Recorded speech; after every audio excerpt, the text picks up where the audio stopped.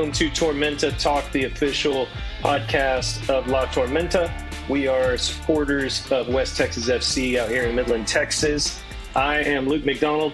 With me today is Chris Haig and Brian Hodnett. We are proud Tormenters, and we today are wrapping up the kind of roster, talking through the roster. We're going to talk about another NPSL game that happened.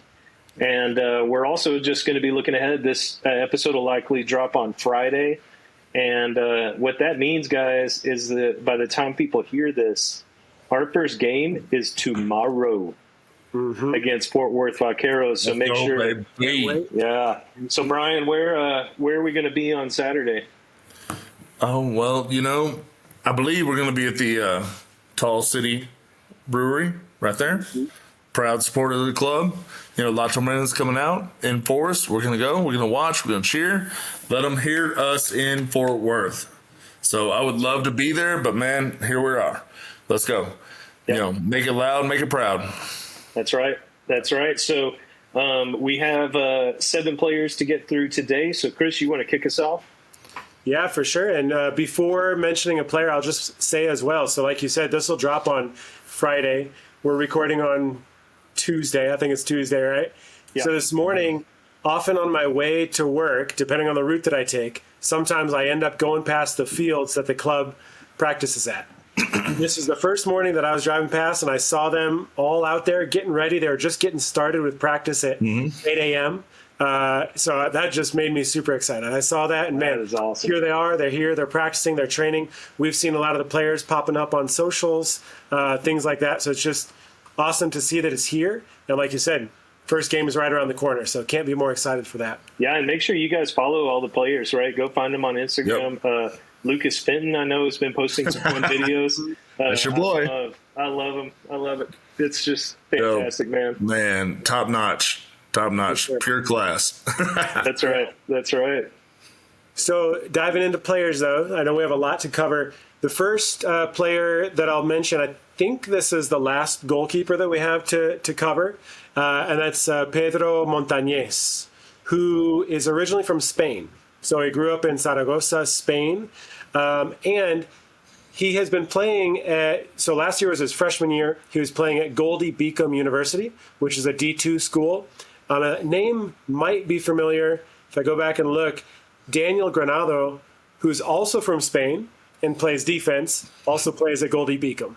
So great connection. Okay. Great connection, Spanish connection, defender and goalkeeper coming from the same school. So that's going to build some connection there in the back. Industry.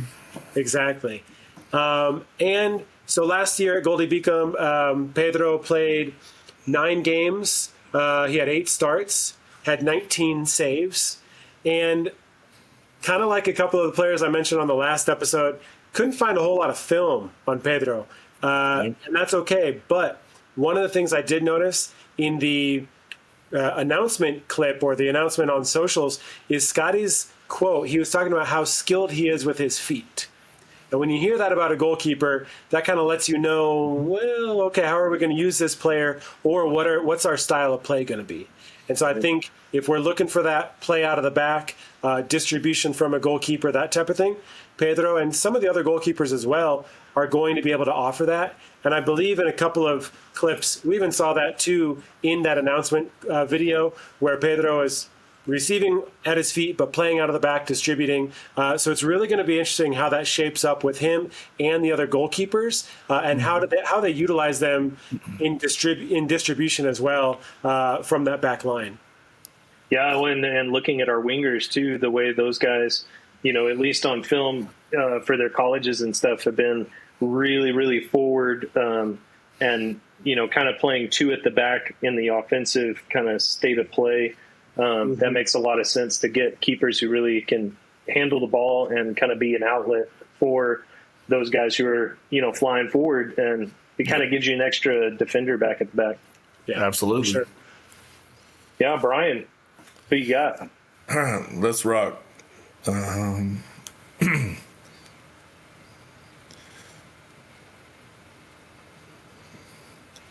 Usually more prepared. Okay, let's go with Caden Maldonado. 21 years old from Auburndale / Lakeland, Florida. Faulkner guy. Love those Faulkner guys, man. Yep. Stack them up, right? I mean, No chemistry. We talked about it. With the coach, These guys too. flow and work together. All right, so he was a defensive fullback, right-footed. He was a late-round captain. The dude is 5'8", 150 pounds. So look at that. That's a small stature, if you think about it. He didn't play that way. On his film, the last 2 seasons at Faulkner, he was 18, 11, and 2. Played at UPSL Lakeland United. On the film, I saw passive with purpose and precision. Smart player, plays bigger than his stature. Dude, he'll bang around a little bit, but he's smart with it. He's not going to throw his body into a dude that's 6'2". We talked about this with Arus, last night. Mm-hmm. He's not going to bang around. He's going to be smart. He's going to take that ball and he's going to move around you. He's going to work you. He's going to put a pass in place, right? And again, limited film, right? So I reached out to Scotty, and he gave me a little bit of a note. So let's see here. Recently made captain of Faulkner. So it wasn't beginning of the season, wasn't mid-season, late season. So he got like 6 starts, I believe, at Faulkner. So captain late. That says something. Very disciplined and a natural leader. Uncanny ability to bring players together on and off the field. That's what you want. I mean, you got to have some glue.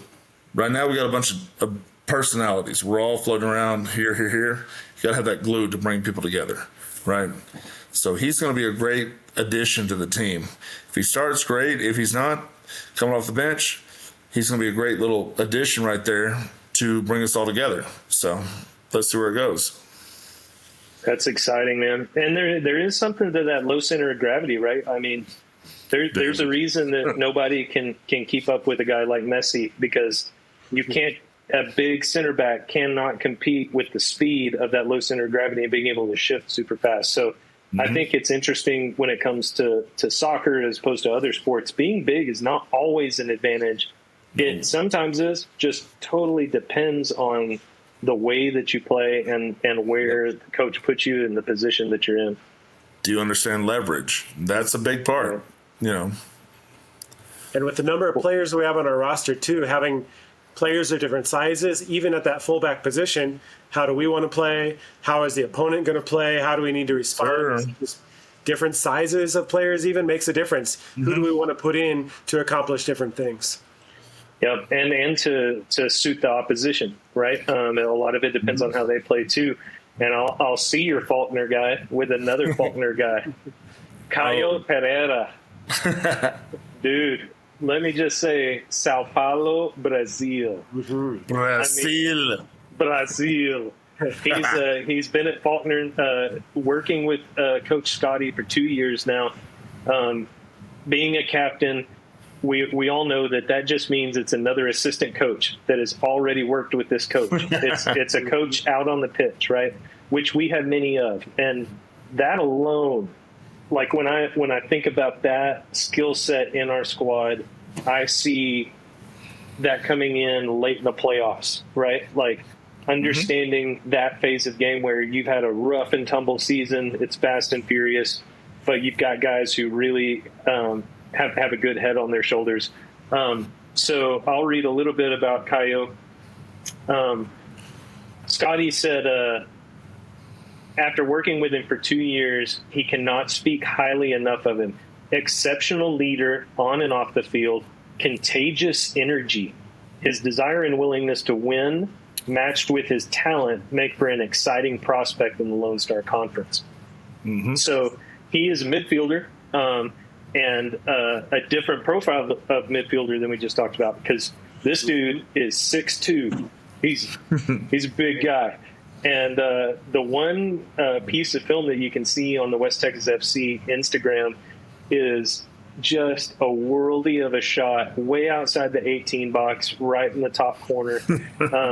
If that's not enough just to make you go, okay, I mean, anybody who can do that, anybody who can hit that with confidence, know that they can shoot that ball and put it in the right spot, that's something to admire. Because it's just, if you watch a lot of soccer, maybe you've seen it time and time again, but to see it in person, I'm ready for that shot. I'm ready for Caio. And so besides having that kind of Brazilian flair, captain, worked with Scotty for several years now. I mean, it's just like, what more could you ask for out of a defensive midfielder? And we've seen, if you watch a lot of MLS, if you watch a lot of Premier League or other leagues, the big defensive midfielders, sometimes the game calls for it. I think about playing a team like Brownsville, who are really physical, who are, you're gonna have some shoulder to shoulder. You're gonna have a lot of kicking at ankles and things like that. It's nice to have a guy on your bench that if it gets out of hand, you can put him in, or if it's going to be a really physical game, you can have a really smart player right in the middle of the pitch. That's if we think about Rodri, right, from Manchester City, that's his role and that's his profile, man. And I mean, he's pretty good. He won the Ballon d'Or, so I'd say he's a pretty talented guy. And so that profile of player is one that I think is just an ace in the hole that we are going to get to see. I mean, I think Caio will be a regular on the team, and I'm really excited to kind of see what he brings to the squad. And I appreciate that you said that about his like goal scoring ability, that what we saw in that clip, because we saw it last season. A lot of these games are pretty open. Like you said, there might be games like Brownsville, a real physical team, that type of thing. But a lot of these games are pretty open, and you want to have those players who can make that game-changing play, who can score a goal from distance or create something, whatever it might be. And we've got a number of those players. And so for a guy like Caio, who might be able to offer different things, but be able to offer a game-changing play in a game that might be open, some of these games are going to be very back and forth. And we need players who can get in there and score goals at the same time. Yeah. I mean, at the very least, he puts a shot anywhere close. The defense all of a sudden goes, those midfielders who are tracking back all of a sudden are going, hey, we can't go too far back because we've seen what that guy can do. And then all of a sudden you've stretched your defense a little bit more to maybe open up some room behind them. I mean, it's just it gives opposition more to think about.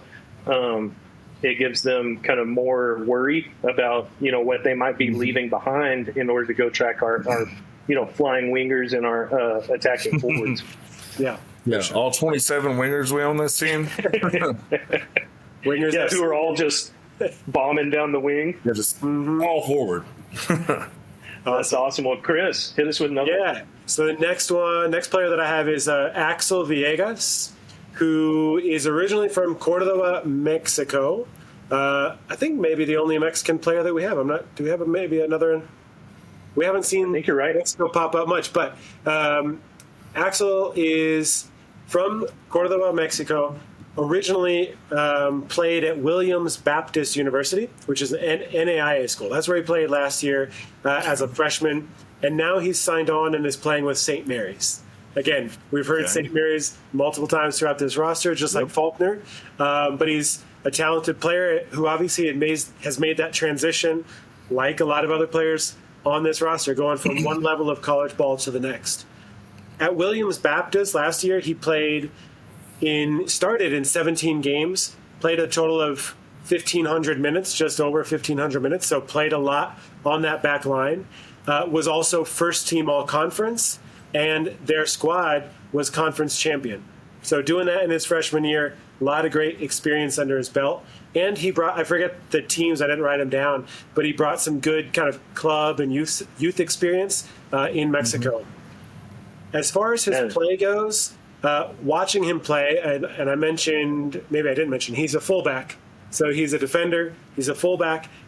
Watching some of his clips, not necessarily like a real attacking, like speedy fullback that's getting up the wing.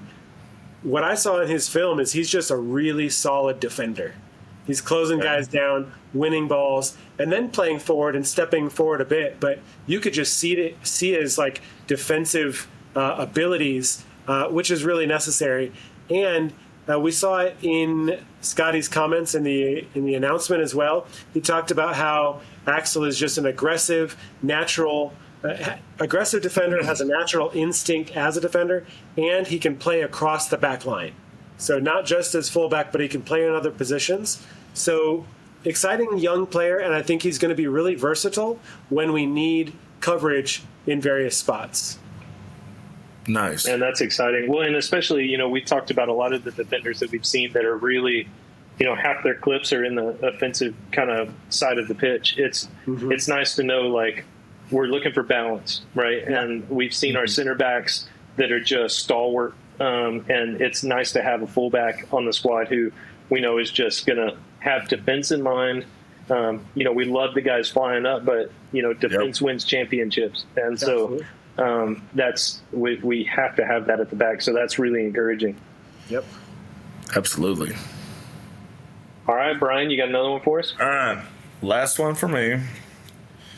And again, please forgive my pronunciations. West Texican? West Texican. All right, so I have Kanata Tiara, 20 years old from Kiyomoto, Japan. University of Hawaii, Hilo, Division II. He's a forward. From what I saw in the film, again, limited moments, but looks like right-footed.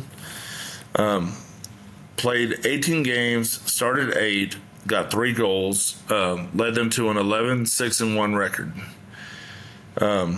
The film that I got, and my notes are skills with his feet. I mean, can step over, cross, a lot of little fun stuff. Has some skill there, but at a young age can still develop. Unselfish, really willing to dish. He'll move out to the left and kind of fill the winger spot, cross across. Very good decision making, and he will take space. If you give him the ball out in midfield, he's going to run at you. If there's a defender standing in front of him, okay, let's see what you got. 1-on-1, you and me. What are you going to do? Can dribble well, wins 1v1s, and great attacker. So, again, when I have limited notes, I always reach out to the guy, the gaffer, Mm-hmm. So he says, technical wizard, has outstanding movement off the ball, and finds himself naturally in goal-scoring opportunities because of his high footballing IQ. A danger anywhere in the final third. Yeah. What else you gonna say, man? I mean, what else you want in the front? We got high IQ. Dudes are just like bam, bam, bam. So sub him in, start him. What do you want to do? Watch the film. You gonna watch him? You gonna watch that guy? Who you gonna watch? Yeah, I love it. I love this. Like, I hate to follow back on it. The embarrassment of riches. Yeah. Mm-hmm. What are you gonna do? And just so many themes, right? As we talked about all these players, the same words keep coming up, right? I want to make sure this man is in the running for best hair on the team. Okay. So, like, Chris, you missed that last night. Yeah. But I'm telling you, best hair on the team. He's a top 3 contender. I promise. we got dudes and we got dues. Yes, sir, we do. There are some impressive heads of hair out there, which is a thing, right? I mean, you got to. Well, there's only one mustache, only one top mustache. Yeah, that's right, man. That's exciting. I love anytime Scotty, tells us that guy is smart. High player IQ is just, and I know that was a big theme last year. The goal was to help players develop the mental side of the game, reading the game well, because if you have a ton of coaches, if you have leaders, if you have players with high IQ and technical ability, then the coaching side, you don't have to do near as much, and you can focus on the kind of macro level setup because that everyone is kind of taking care of one another out on the pitch, and I don't think that can be understated. Yeah. And especially that technicality with this player, and I think it's Shuto, the other player from Japan. This Japanese players just bring in a certain type of technicality. And so, like you're saying, bringing in that high IQ, but also bringing in different styles of play. that just allows the coach to focus on kind of other things, bringing the team together, building that camaraderie, that culture, and then just getting the best out of players. But that's one of the beauties, having players who just bring in different styles and they can bounce and feed off of each other in that way, Yeah. Well, and kind of like we talked about the gumbo, right? Like having such a mixture of qualities. Yeah, it's fascinating to think how all of that's going to work, but I'm only excited about it. Yeah. There's no nervousness. It's more like, the guy who ever thought about like, hey, I wonder what happens if you pair chocolate and peanut butter. Like at some point someone had to think about it and go, maybe these things go together. When you've got the flair, you've got the grit, and then you've got technical ability, and you go, I wonder what happens when you peanut butter cups. Yeah, that's right. You've got Reese's, and so and who doesn't love a Reese's? So that's really exciting. Well, Chris, why don't you do one more, because I think you divvied out the players for us to cover, and I'm pretty sure you threw me a grenade over here. So I'm gonna much appreciation to that. Thank you so much for that. For sure. I'm glad to get that organized. Let me say, too, that the spreadsheet that you put together, we can make that available. So the spreadsheet has a list of all of the players. It has their position, where they're playing, stats. It has links to YouTube videos, to Instagram profiles. It is a work of art that Mr. Haig has put together. Top notch. I mean, dude, I couldn't do this. I mean, no. Yeah, I mean I love anybody at my work knows I love nerding out with spreadsheets. So I was happy to put this together. And let your nerd flag fly. Let's go. That's right. And it's we don't know yet whether we'll put like season stats in here. But the NPSL website is not the best to navigate, so we'll have to see. Maybe we can start adding some columns. Start a wrong site. Season stats, but we will. Currently, the column that's empty is number, right? And part of the reason that I wanted to do this is this season is so short. We go into these games and it's like, wait, who's this player? And you don't really know until the end of the season who everybody is. Right. So, yeah, like Luke said, this will be, I think it's already made available, but we'll be sure to share it. We can share it on socials, that sort of thing, so it's a public view. But we also do already have it in our Discord, so become a La Tormenta member and you can. There you go. Will some of this info be on the Chant app as well? Yeah, we can definitely link it there. We'll put it on the Chant app. Make sure it's on that stream, and people can get the direct link to it. Yeah, so download that today if you're listening to this. CHANT, no cost, and search for I guess is it the club or La Tormenta? Well, we'll have to have, so those who are already members, everybody who's in Discord, will send out an email. So you'll be added as a kind of paid member to that Chant app.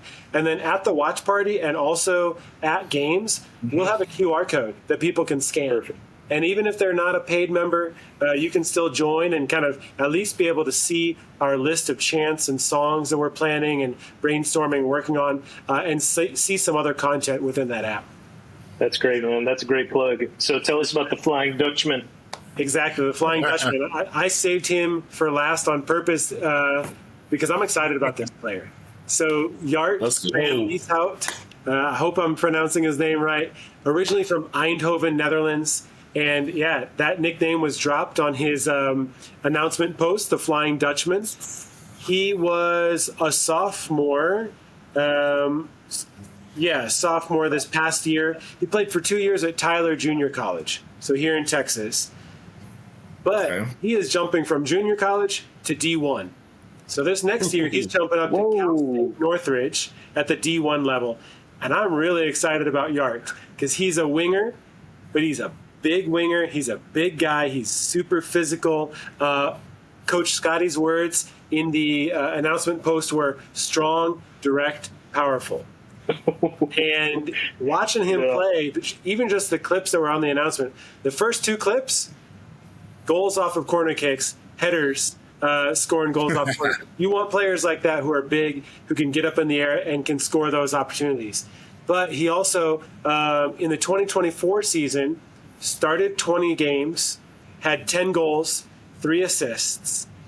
He was first team all-conference, All-American scholar athlete.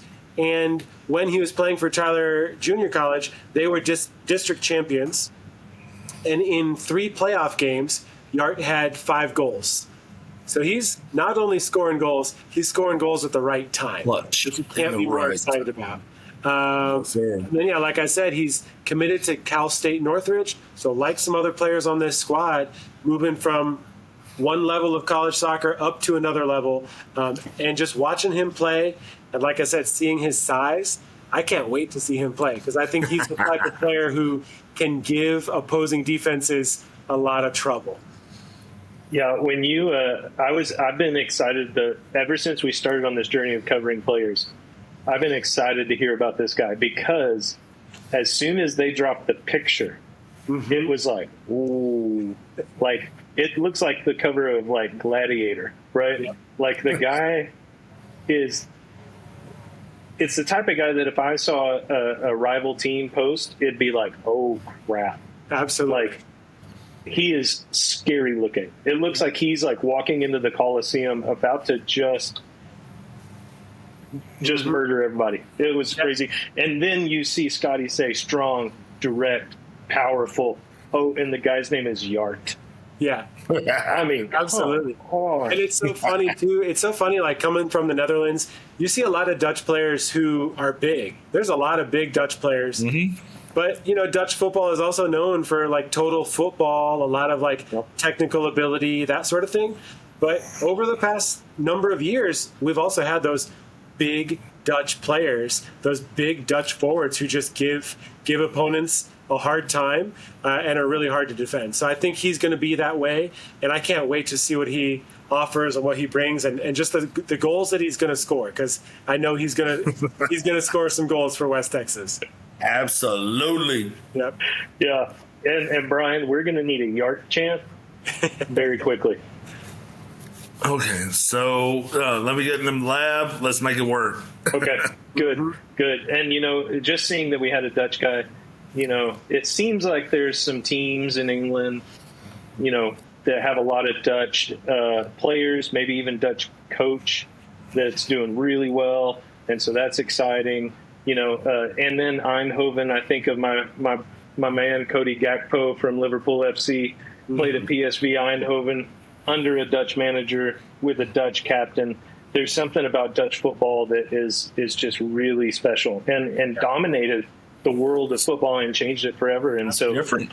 Yeah, it totally is. And again, going back to the recipe of all these different things, having that, you know, kind of influence in the squad, it's just, I mean, I'm so happy that the season starts tomorrow. Absolutely. Like, I'm so ready for this. Yeah, full send. Let's go. Yeah. So, last player on the squad, and speaking of chance, he's one of our own. Alan Martinez. Alan. Of our own. Let's go, Alan. So, Alan, we know this player well, right? This will be his 3rd season at West Texas FC. Graduated just right down the road from Legacy High School. Is just one of the kindest, just most kind of he's kind of a quiet guy. You know, we've gotten to spend a lot of time with him. He was there at the coach whenever we got to meet Scotty. Alan showed up from West Texas A&M where he's playing football. He is a fullback defender, and he if you've been to any of the games, anytime Alan goes in, it's awesome because the whole crowd just erupts. We know that's our guy, right? He's hometown hero. That's right. I mean, it's not just players that we're excited about. It's us represented on the pitch for our squad. Yeah. At his home stadium. There's nothing better than that. Well, look at it, man. It's like, how many nationalities are represented out there on the pitch? And you get a dude from Midland, freaking Texas. Let's go. Get out there in the mix with all of them. Not just our squad, the other squad. So whenever we're playing, you get a little bit of that flavor from Midland. Let's go. I am so excited to see Alan back out there, man. It's going to be so awesome. Yeah, I remember whenever we were at the Meet the Coach kind of event at Tall City, he walked in, and I don't believe they had announced him yet. And Nope. so all three of us were like, That guy right there. and We know we're him. just trying to eavesdrop on the conversation, just hoping that we get something. And they were very cool about it, right? They didn't give anything away, but we kind of felt it, right? You could kind of feel like, okay, I see what's going on. But a lot of what he talked about when we saw him and got to chat with him was just how much he's grown as a player. And then even Scotty in the post said, this is our guy. We know him, but we haven't seen this version of him, right? Because his progression over the years has just gone up, and especially at West Texas A&M, it sounds like he's taken a huge step upward, and they've had some really great results against some really powerful teams. So I think Allen is going to really surprise us this year, and in the best way possible, because we want our guy. He's one of our own. Yep. And how awesome, like you said, just to have a local hometown player to root for. Yeah. But at the same time, as we've profiled all these players, like you said, Brian, I lost count of how many nationalities we have represented. Yes, sir. And my biggest thing going into this season, looking at this roster, is just how awesome this is, how cool it is to have this squad coming together right here in Midland, Odessa. And Yes, sir. like we've said, like La Tormenta, as we have as a little saying for us, West Texas is the best Texas. And Amen. It's so awesome to be ready for this season and ready to just be proud of where we live, be proud of this squad that's coming together, and be stoked to cheer on these players, including Allen as one of our local hometown boys. Let's go, man. I can't think of a better way to end this podcast. Is you talked about the pride of having one of our guys on the squad. I am just kind of blown away by the level of seriousness, of professionalism that our owners, the Cannons, that Melissa, who works for the team, for every single player, for every single coach. It's one of those things that you're just like, I think for the love of the sport and for the love of my community, I would be out there regardless. But the fact that there are so many people investing so much time and energy and resources into our team, and not to mention the sponsors, right? That really kind of provide the ability to go find these guys from all over the world, to bring in a coach like Scotty, and to have it be treated so seriously, and for it to be treated so respectfully is something that it makes me walk taller. It makes me walk with my chest out, and to wear the team's colors and to support this squad is just the highlight of my summer, for the past 3 years. And I'm just really thankful. I'm overwhelming gratitude to you guys for all the work that you guys have put into this.